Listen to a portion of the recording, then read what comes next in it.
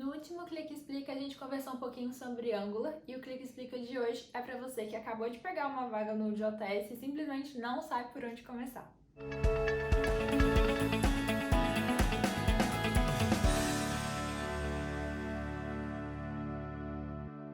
Bem, Node.js é uma tecnologia que foi criada em 2009 e é um servidor, ou seja, um computador virtual que possibilita a seguinte coisa, que a linguagem JavaScript seja utilizada também no back-end. Porque também, se você viu o nosso Clique Explica sobre Angular, você viu que JavaScript é uma linguagem que originalmente ela é utilizada no front-end. Então a grande sacada aí do Node.js é você conseguir usar também no back-end. E outra dica, esse Node.js, essas duas letrinhas, significa justamente JavaScript. Qual é o tipo de candidato que você tem que procurar para essa vaga? Uma coisa muito importante para você saber, um candidato que domina Node.js não é apenas um candidato que sabe JavaScript. Saber JavaScript não significa saber Node.js. Então, o que vai dizer se um candidato sabe Node.js ou não?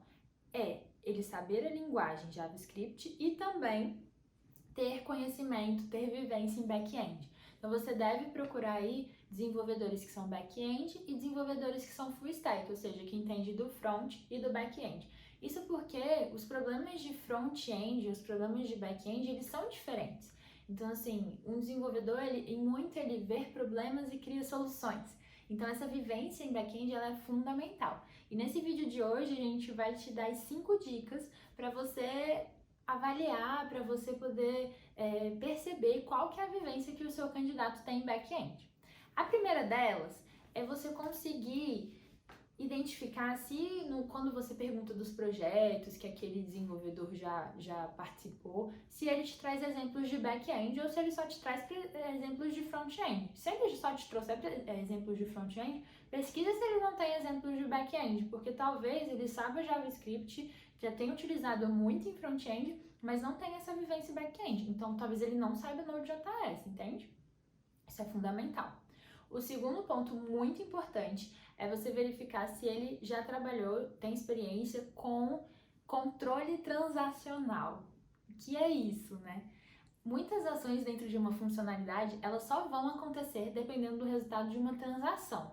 Tá, vou dar um exemplo simples, claro, que você já deve ter feito. Transferir dinheiro da sua conta para a conta de outra pessoa. Isso envolve uma série de condições, como por exemplo, o dinheiro sair da sua conta e entrar na conta da outra pessoa. E por que isso é importante? O controle transacional, ele vai decidir se ele permite ou não que uma ação aconteça, dependendo das condições daquela transação. Então, vamos supor, se o dinheiro sai da sua conta, mas ele efetivamente ele não entra na conta de ninguém, essa ação não pode ser permitida. Porque como é que é isso? O dinheiro vai sair da sua conta e vai cair no limbo?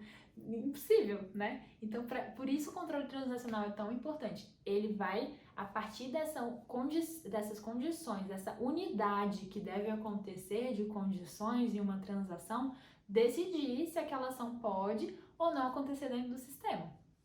O terceiro ponto é você conseguir verificar a experiência que ele tem com contextos síncronos e assíncronos. Vamos lá, um contexto síncrono é um contexto que depende de uma resposta imediata.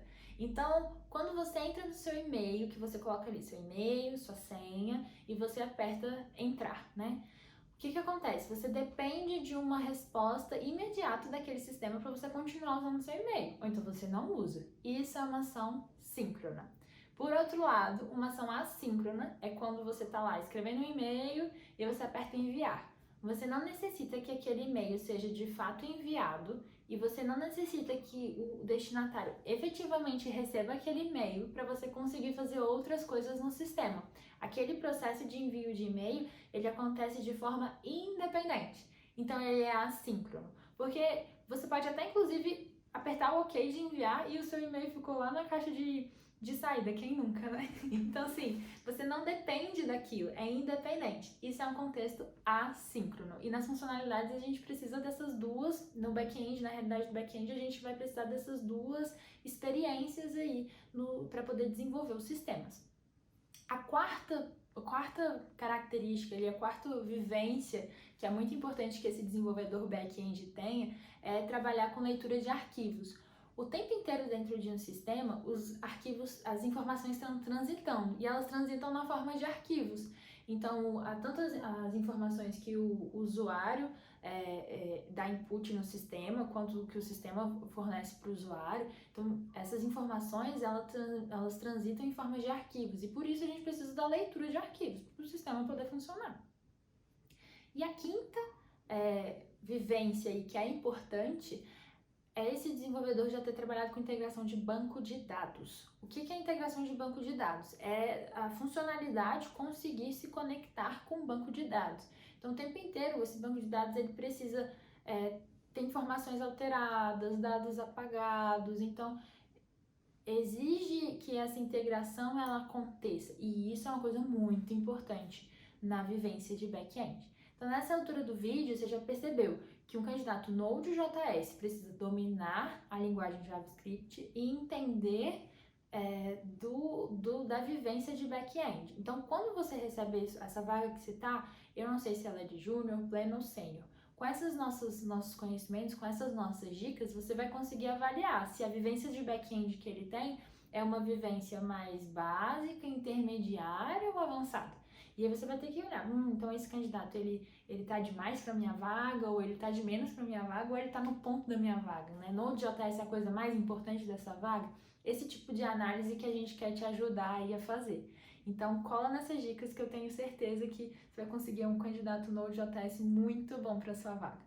E aí, como é que foi esse vídeo para você? Você gostou desse conhecimento? Facilitou seu entendimento sobre Node.js? Escreve aqui nos comentários, compartilha esse vídeo com quem precisa e dá também sugestões de próximos temas para os próximos Clicas e Explicas, né? E a gente fica te aguardando para os próximos vídeos.